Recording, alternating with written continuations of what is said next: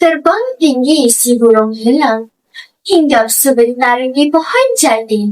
Khazanah ilmu penyuluh terang, mekar di minda dan panci di hati. Assalamualaikum warahmatullahi wabarakatuh dan salam sejahtera.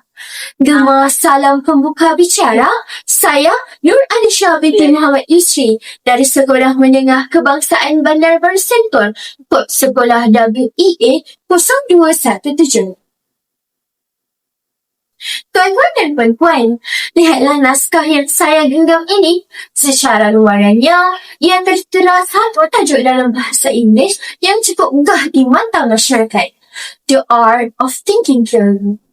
Namun, umpama melukis di atas air, segala keindahan kulit ini tidak bermakna tanpa kepahaman yang mendalam. Bukankah pepatah Melayu ada menyebut, jangan dinilai buku pada kulitnya. Di sebalik judul antarabangsa ini, mengalirnya susunan pusaka bahasa Melayu yang cukup tuntas dan indah.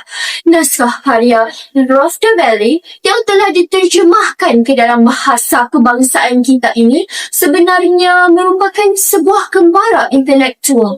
Ia bukan sekadar buku, tetapi sebuah radar untuk kita mengesan 99 radat berfikir yang sering membelenggu kewarasan manusia.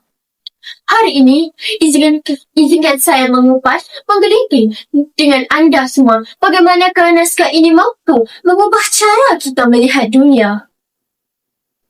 Buku ini tidak membawa kita menelusuri plot fiction, tetapi ia merupakan sebuah kompendium himpunan kesilapan kognitif yang sering kita lakukan tanpa sedar.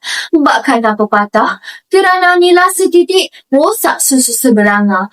Begitu jugalah dengan satu ralat berfikir, ia mampu merosakkan seluruh keputusan besar dalam tubuh kita. Antara indikator yang menarik perhatian saya ialah tentang confirmation bias atau bias pengesahan. Seringkali kita hanya mencari maklumat yang menyokong pendapat kita sahaja. Kita dianggap seperti katak di bawah tempurung, hanya melihat apa yang mahu dilihat dan menutup mata terhadap fakta yang bercanggah. Selain itu, penulis menyentuh tentang social proof di mana kita sering mengikut tindakan orang ramai semata-mata kerana semua orang membuat perkara yang sama, walaupun tindakan tersebut jelas tersasar daripada kebenaran. Apa yang membuatkan saya jatuh cinta dengan buku ini adalah kerana keberanian penulisnya. Walaupun ia sebuah buku psikologi yang berat, namun dalam versi bahasa Melayu ini, penterjemah berjaya mengekalkan mood yang santai namun tetap berinformasi. Indahkah pada lumba? Tidak. Buku ini jauh lebih indah isinya dan pandai bicaranya. Bab yang paling memberi kesan kepada saya adalah sampah skeleton. Kita sering meneruskan sesuatu yang sia-sia hanya kerana kita sudah melaburkan banyak masa atau wang, kerana kita takut dikatakan sudah terhantuk pada tengadah, lalu terus bertahan dalam projek yang gagal. Buku ini mengajar saya bahawa melepaskan itu juga adalah sebahagian daripada seni berfikir yang bijak dan rasional. Dalam era lambakan maklumat dan serangan berita palsu hari ini, buku ini sangat relevan sebagai benteng minda. Sesal dahulu pendapatan, sesal kemudian tidak berguna. Sebagai seorang pelajar, saya belajar untuk tidak terburu-buru dalam membuat keputusan berdasarkan emosi semata-mata. Naskah ini mendidik kita menjadi individu yang lebih analitikal dan tidak mudah dimanipulasi. Nilai keberanian untuk berfikir di luar kotak dan nilai kejujuran intelektual sangat jelas terpancar dalam setiap layan muka suratnya. Ia mengajar kita bahawa menjadi bijak itu penting, tetapi menjadi sedar tentang kesilapan sendiri itu jauh lebih utama.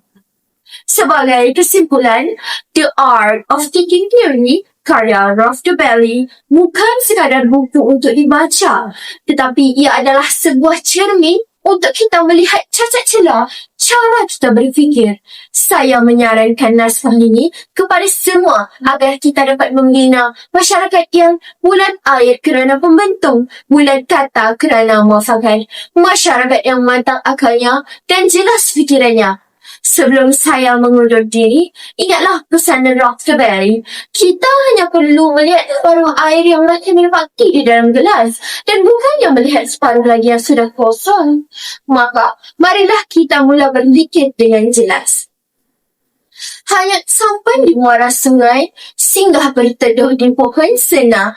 Tamatlah sudah bicara ulasan, moga ilmu memberi makna. Sekian, wabillahi taufiq wal hidayah. Wassalamualaikum warahmatullahi wabarakatuh. Terima kasih.